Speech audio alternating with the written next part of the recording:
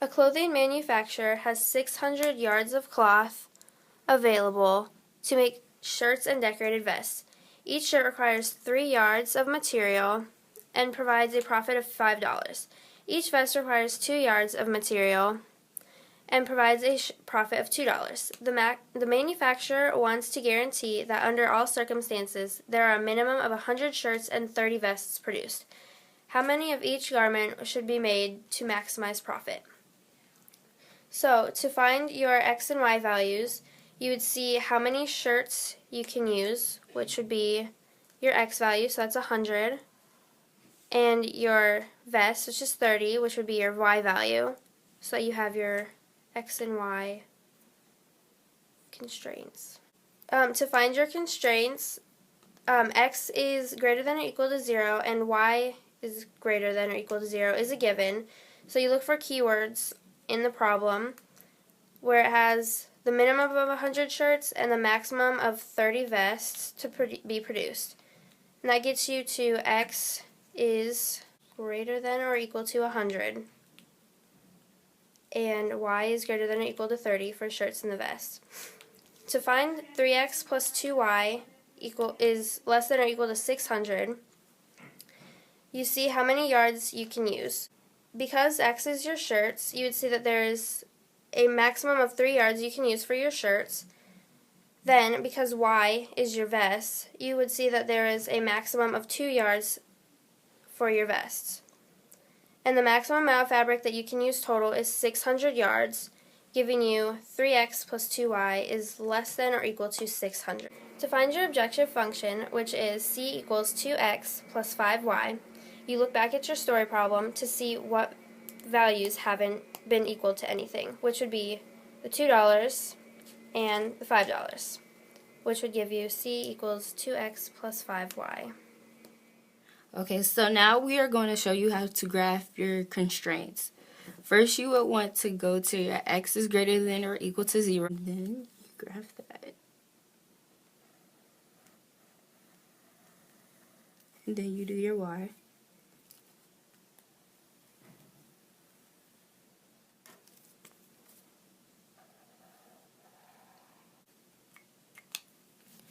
It's best to use colors so you won't mix anything up.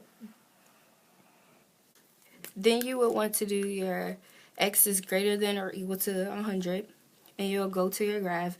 You can do the bottom, your x-axis for going by 20s, and then you can do your y-axis going by 30s to make it a little bit easier for you. So then with the x, you'll go to where you see 100, go up, making a vertical line. And then for your y, you're sort of going to do the same thing, but it's going to go horizontally. So you go to 30,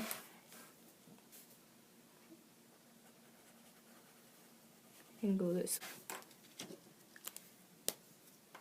Next, you would want to find your y and your x. So you would take the 3x plus 2y is less than or equal to 600. You plug in 0, so it would be 3 times 0 plus 2y is less than or equal to 600. So then you would have 2y equals 600. You divide the 2, so you have y equals 300. For finding x, you do 3x plus 2y equals 200. You do 3x plus 2 times 0 equals 600. So then you will have 3x equals 600. You divide the 3 over, making x equals 200. And then you will graph this on your graphic. So you will go on the x-axis to 200 and mark that point. Then you will go to your y and go up to 300. Mark that point, and you would just connect the dots. Okay, so now I'm going to show you how to shade. So you want to plug in 0, 0 to all your equations. So for this line right here, that's 3x plus 2y equals 600. So plug in 0 next to in for x, and you get 2y equals 600. Then divide it by 2, and you get y equals 300. So then you plug in a 0 for y. So you get 0 is less than or equal to 300. This is true, so you will shade where 0, 0 is, so that'll be down. And then you draw your arrows just to show which direction it'll go. Then the next one is x is less than or equal to 100. So you plug in 0 for x, and you get 0 is greater than or equal to 100. This is false, so you want to make sure you shade the opposite direction of that. So you shade that way. Then for y is greater than or equal to 30, you plug in 0 for y, and you get 0 is greater than or equal to 30. This is also false, so you want to shade the opposite direction. So you will shade up. And then for your 0, 0 points, you want to just make sure that those are always shading towards the middle of the graph. So at the end, all of them will be right here. That's your similar shading area. And now we're going to find the vertices of the feasible region points. Okay, so first you would want to look at your graph and that you see all your colors, that you made it easy to find. You start with your blue and purple, and as you can see, it's over here bracketed. So then you would take 3x plus 2y equals 600. You substitute x is greater than or equal to 100 for x. Then you take 3 times 100 plus 2y equals 600. You then have 300 plus 2y equals 600. You subtract the 300 from the 600, and you will have 2y equals 300. You divide 2 by 300, and you will get y equals 150. You then will plug the y in for the equation 3x plus 2 times 150 equals 600. 3 times x plus 300 equals 600. You subtract the 300, and then you will have 3x equals 300. You divide the 3 over by the 300, and you will have x equals 100. Thus, you will have your first point, x being 100, and your y being 150 for your blue and your purple lines, which is right here. And you just plug those in. Then you would look and go to your next point of region, and you see that is the purple and blue and purple and pink, excuse me. Then you would do 3x plus 2y equals 600. You substitute the y, which is greater than or equal to 30 for y. 3x plus 2 times 30 equals 600. 3x plus 60 equals 600. You subtract the 60 over from the 600. You then get 3x equals 540. You divide the 3 over to the 540, and you would thus get x equaling 180. You then plug this into the next equation, the original. You will have 3 times 180 plus 2y equals 600. 540 plus 2y equals 600. You subtract the 540 over, minusing it from the 600, getting 2y equals 60. You divide the 2 over from the 60, getting y equals 30, which is your next set of points, which is x being 180 and 30 being your y. So then you go up and you plug it in your point of region. Now for your last one, your last point of region, you can look at your equations, but it's kind of easy to see that it was 130, which are the ones that x equals is greater than or equal to 100, or y is greater than or equal to 30.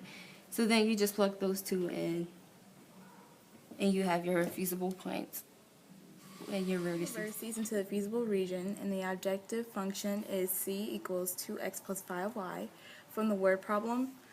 So you'll plug in the 3 points that you figured out on the previous page. So the first point is 100 and 150. So you plug in the point 2 times 100 plus 5 times 150, which equals 950.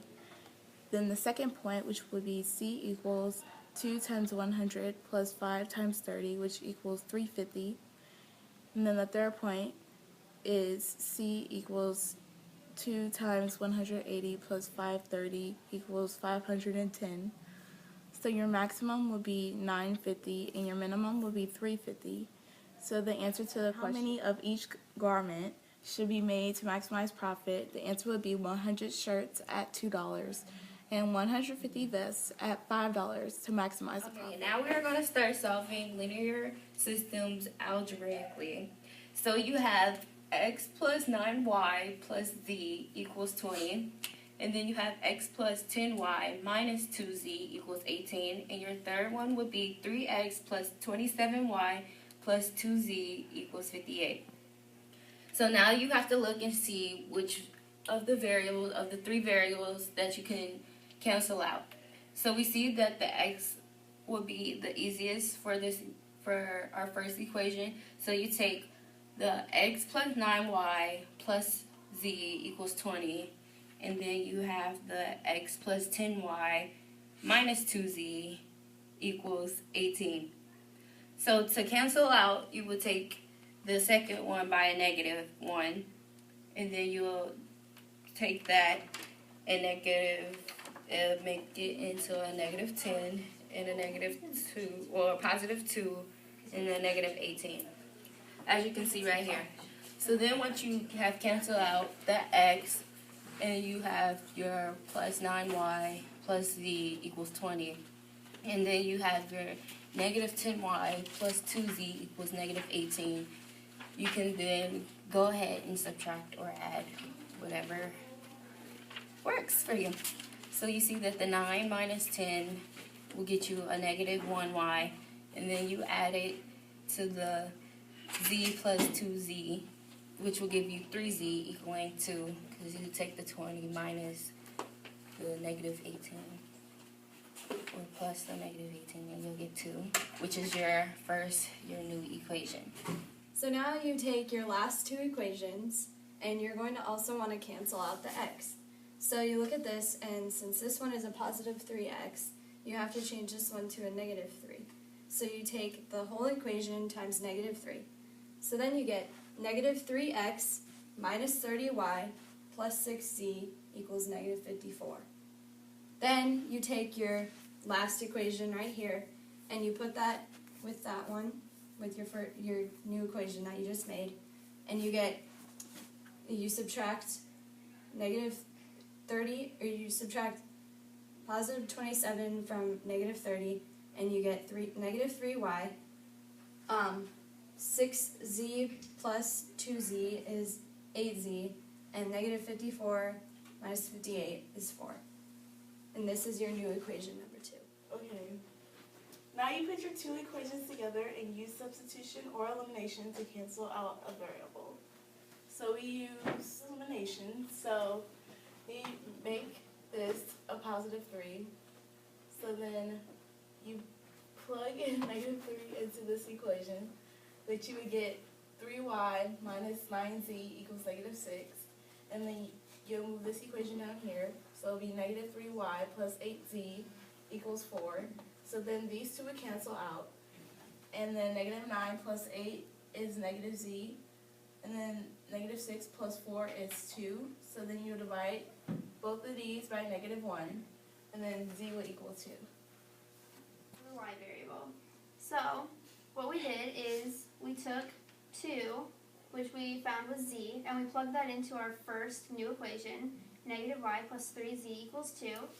So now you have negative y plus 3 times 2 equals 2, which gives you negative y plus 6 equals 2. You subtract 6 from both sides, which gives you negative y equals negative 4, which you would divide by negative 1 on both sides, giving you y equaling 4. Okay, so now you take your two variables that you just found, z equals 2 and y equals 4, and you have to plug them into one of your original equations. So I picked x plus 9y plus z equals 20. You plug in the 4 for the y and the 2 for the z. This you get x plus 36, because 9 times 4 is 36, plus 2 equals 20. Then you get x plus 38, because 36 plus 2 is 38, equals 20. Then subtract the 38 on both sides, and you get x equals negative 18. You have to plug your variables into an ordered triplet. So you get x, y, and z, and you just plug in negative 18 for x, 4 for y, and 2 for z, and that is your ordered triplet.